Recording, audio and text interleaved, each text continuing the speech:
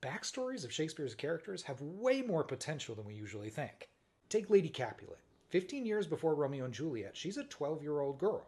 Her family is rich and powerful and embroiled in a deadly feud with a rival family. And suddenly, her older brother dies. Her entire family is in danger, and her brother's young son, Tybalt, is too young to protect them or to take the family title. So she has to marry a family friend in his 30s and start producing heirs. By 13, she has a daughter, but all her other children die young. Fast forward almost 14 years, and her only daughter Juliet is coming of age. Whomever she now marries will inherit the family title, fortune, power, and responsibility. The day the play starts is the day of the party where Juliet is set to come out. And suddenly, the suitor of Lady Capulet's dreams, Count Paris, very likely the next Prince of Verona, walks in with Lord Capulet and he wants to propose. In fact, he already did, and Lord Capulet rejected him without telling Lady Capulet. He rejected a royal alliance which would completely upend Verona's political structure and likely end the Montague threat forever.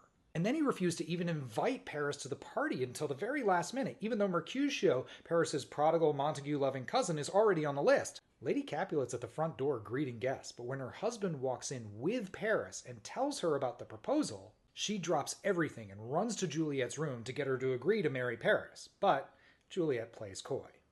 Lord Capulet has always said he wanted Juliet to have some choice in her marriage and to be older and more ready for motherhood than his very young wife was. In fact, that's what he told Paris when he first proposed, and again right before the party. But still, Paris gets his invite and he shoots his shot on the dance floor, and Lady Capulet's dreams might still come true. But then, the very next day, Lady Capulet's nephew Tybalt, her dead brother's only son, the only Capulet man in the next generation, kills Mercutio, the royal cousin of Paris and the prince, in the street, and then is killed himself by the son and heir of Montague, Romeo, whom the prince decides only to banish. Last night, the Capulets were on the verge of a royal alliance, and now they're facing total disgrace and maybe complete collapse. Who's going to want to ally themselves with the Capulets now? But then, Count Paris, whose own cousin was killed in the street by their nephew just hours before, comes to the Capulets' home to offer condolences and to try to propose again, this time directly to Juliet. But she refuses to see anyone, inconsolable over the death of her cousin. So Lord Capulet decides for her.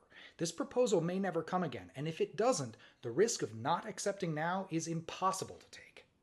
Satisfied, Paris leaves to prepare the royal wedding.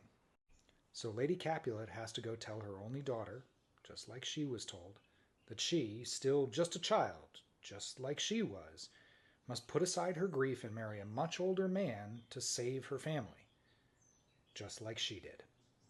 Lord and Lady Capulet have worked for 15 years to give their daughter a better life, and now they must force her to relive the very worst parts of their own. The possibilities suggested by the textual details and historical context of Shakespeare's plays are fucking mental. And